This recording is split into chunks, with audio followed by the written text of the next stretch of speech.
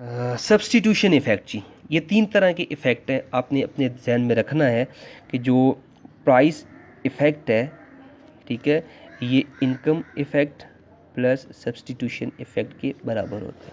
Clear हो गया? इसको मैं कंबाइन भी करूँगा तीनों को, ये तीनों अलग-अलग पहले एक्सप्लेन करके फिर इनको कंबाइन करेंगे। सब्स्टिट्यूशन इफ़ेक्ट अकर करता है जब प्राइस किसी कमोडिटी की चेंज होती है, लेट्स से कि प्राइस जो है वो कम होती है। अब मैंने अभी आपको जस्ट प्राइस इफ़ेक्ट कहा था कि जब एक्स की प्राइस कम होगी तो होगा क्या कि कंज्यूमर का रियल इनकम भी इंक्रीज़ होगा, परचेजिंग पावर भी इंक्रीज़ होगी, जिससे कंज्यूमर जो है वो हायर लेवल ऑफ सेटिस्फेक्शन की तरफ जाएगा।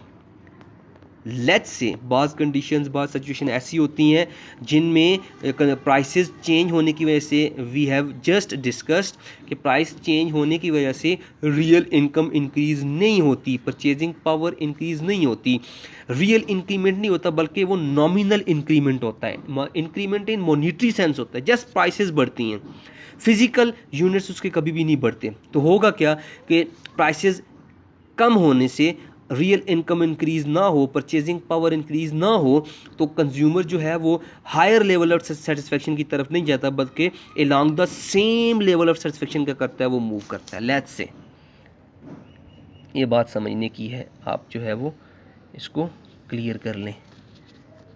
थोड़ा सा ये टेक्निकल है, तो होपफुली मैं कोशिश करता हूँ कि आपको ये बात ईज़िली समझा दूँ।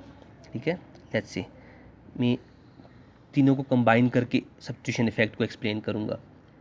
This is called budget line, this is called indifference curve, ठीक है, आई सी नॉट, इनिशियल इक्विलिब्रियम है। वाई को छोड़ देते हैं, एक्स की बात करते हैं।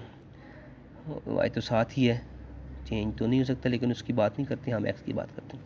लेट्स से मैं कहता हूँ कि जो पी ऑफ एक्स है, प्राइस ऑफ एक्स, ये फॉल्स हो गई है। जब फॉल्स हो गई है तो आपके पास ऑब्वियसली जो हमारी बजट लाइन है वो शिफ्ट होकर किधर चली जाएगी, आउटवर्ड, ए बी की फॉर्म में। बजट लाइन शिफ्ट हो गई तो ऑब्वियसली आपके पास जो लेवल ऑफ सेटिस्फेक्शन है, क्योंकि पी ऑफ एक्स फॉल्स हुआ है ना, पी ऑफ एक्स फॉल्स होगा तो लेवल ऑफ सेटिस्फेक्शन ऑब्वियसली क्या होगा, चेंज होगा, ई वन ऑफ एक्स, ये इंक्रीमेंट है, ठीक है ना।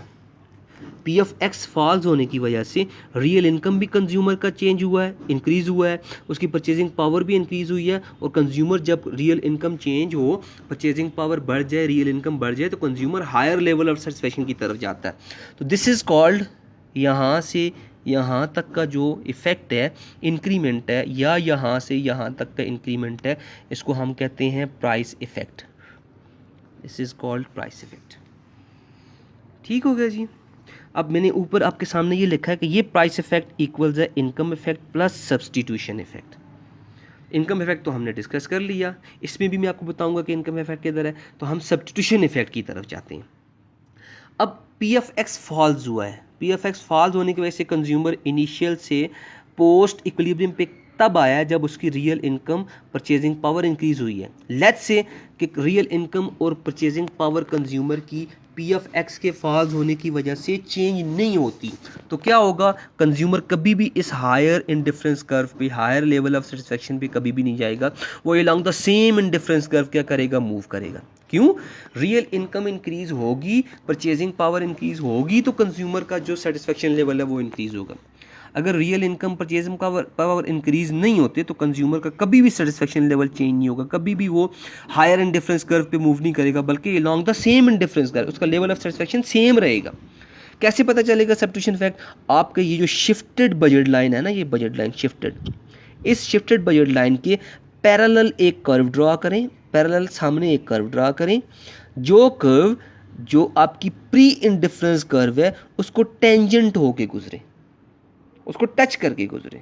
जहाँ पे टच करेगा वहाँ पे आपके पास जनरेट होगा इक्विलिब्रियम, और दिस इक्विलिब्रियम इज कॉल्ड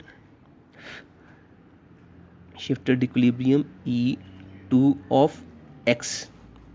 ठीक है ना। हो क्या रहा है कि कंज्यूमर यहाँ से मूव करके यहाँ पे आ रहा है, एक्स बढ़ गया, कंज्यूमर का एक्स बढ़ रहा है due to falls in P of X. कैसे पता चला कि आपके पास जो शिफ्टेड बजट लाइन है, उस शिफ्टेड बजट लाइन के पैरेलल आपने कर्व ड्रा करना है, इसको मैं डी डी का नाम दे देता हूँ, डी डी। ये डी डी कर्व ये जो शिफ्टेड बजट लाइन है उसके पैरेलल मैंने कर्व ड्रा किया है। किस तरह कि ये जो प्री इंडिफरेंस कर्व है उसको टेंजेंट होके गुजर रहा है, जहाँ पे टेंजेंट होगा वहाँ पे इक्विलिब्रियम होगा। अब इस इक्विलिब्रियम पे कंज्यूमर एक्स तो बड़ा है, कंज्यूमर का एक्स तो बड़ा है, लेकिन है वो सेम इंडिफरेंस कर्व पे। लाइव वो किधर करता है? सेम इंडिफरेंस कर्व पे, प्री इंडिफरेंस कर्व पे। तो जब हमने इंडिफरेंस कर्व की प्रॉपर्टीज में पढ़ा है कि कंज्यूमर सेम इंडिफरेंस कर्व पे मूव करेगा तो उसका लेवल ऑफ सेटिस्फेक्शन सेम रहता है।